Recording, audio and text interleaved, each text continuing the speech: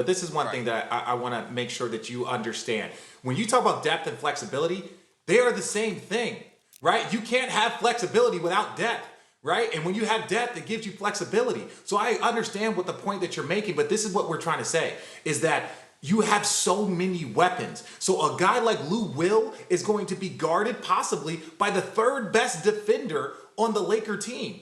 And with no Avery Bradley, no Rondo, even for spot minutes, let's say late in game, right? Because Rondo is not the elite defender he once was. He's a solid defender, but he's not an elite defender. But ultimately, when you look at that team and you look at Montrez and you look at Landry Shaman and you look at Morris, and we're not even mentioning Reggie Jackson right now. You're all talking about it. Let me give you one example. The 73-win Golden State Warriors, as much as Steph Curry was amazing, as much as Klay Thompson is special, their depth, they would go to their bench and their bench would go small, and then they would just dominate you late. They would dominate you late in the game because they would just come at you with wave after wave after wave, and it allows you to not have to play Paul George and Kawhi Leonard 40 minutes a night. What it does is it puts you at 30 minutes, 32 minutes. Right. So I think Rondo will be back by the time they face them there, so maybe he won't be fully healthy, but he'll be back to help them out. They won't be without Avery Bradley and Rondo. And the reason why I go to late game situations is because I assume the games are going to be close. Like, no matter how deep they are, how flexible they are, I don't think they're going to get blown out. And when you have games close, that's why I go to that in that situation, because I assume that it's going to be a 7-game series, and each game is going to be competitive. There might be a game that gets out of hand here or there, but in the grand scheme of things, they're going to be down to the last couple of possessions, a 1 or 2 score game in Game 7. Like, I don't think anybody would suggest anything other than that. And that's why I get down to, who do I trust more in that situation? Because both of these teams are so talented. Unless you believe that they're going to beat them in 6 or they're going to blow them out or it's not going to be close, that's why I go to late game situations. That's why I give the edge to the Lakers, because at some point we're going to be in that situation that we've all seen since we started watching basketball, where everyone already knows what you're going to do. You give it to your guys and you let them work. And I trust AD and LeBron in those last couple possessions more than I do anybody else. And obviously Kawhi is he's a great game closer. I don't think that he can't, but we're talking about the cream of the crop at this point. Oh, I just think LeBron and AD are going to have to exert so much energy on both ends, because the Clippers are deep. They can throw different rotations and different looks at both those guys defensively, but at the same time, they're going to have to come back and guard offensively because the Clippers have so many weapons. So you're not going to be able to hide, and not necessarily saying that LeBron hides by any means, but LeBron's not going to be able to rest on the defensive end. AD is a candidate for Defensive Player of the Year. He's going to have to be the best defensive player he's been all year. But there's no hiding when it comes to the Clippers offense, because they're dogs. They play defense, and then you can have a Reggie Jackson, someone drop a 30-point game. You can have a Morris twin drop a 30-point game. You can have a Montrezl Harrell and a Lou Williams drop a 30-point game.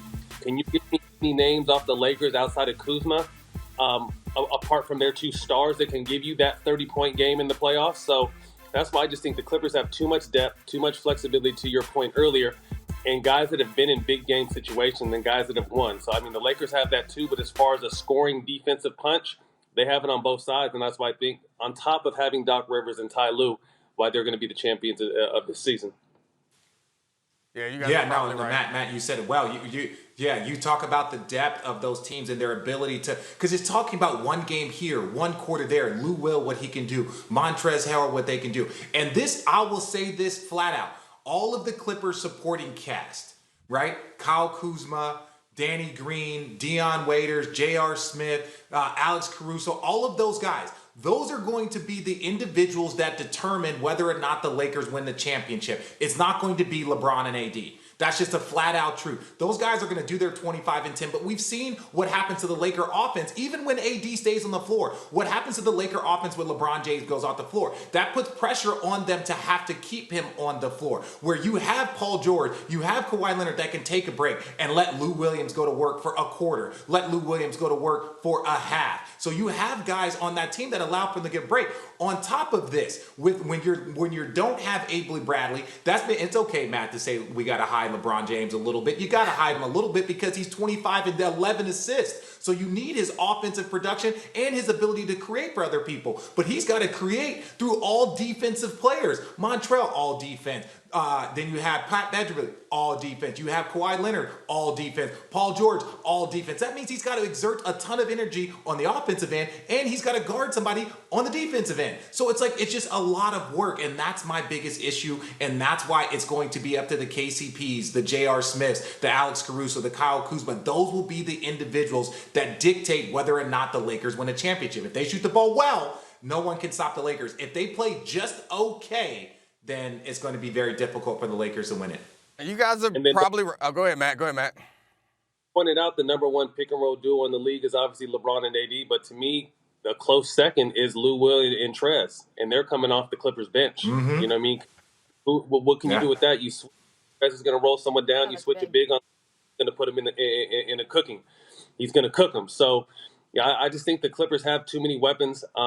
That's why I just felt early on that, with all due respect to the Eastern Conference, the ring was coming back to LA regardless. So we're just going to have to see whether it's going to be the Clippers or the Lakers that bring it.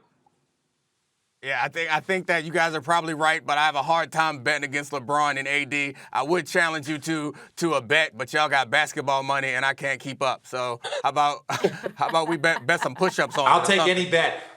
I'll take a bet, any bet. You name it. I can't afford it. It would hurt me way more than it would hurt you. I'm not with that. Well, you guys just heard Dominique just challenge you to a push-up contest. So what do you say? I'll lose that too. No, he got little arms. He got little arms. Those push-ups are like push-ups and bench press. Like, he got little arms. It takes me a lot more to do push-ups. I'm not doing that. Or some push-ups. We'll work on those arm muscles. All right. Well, Matt, I feel like Charlie would win the push-up contest. I've seen you on IG working out. Like, if anyone is going to do push-ups in this group, Charlie will get the W.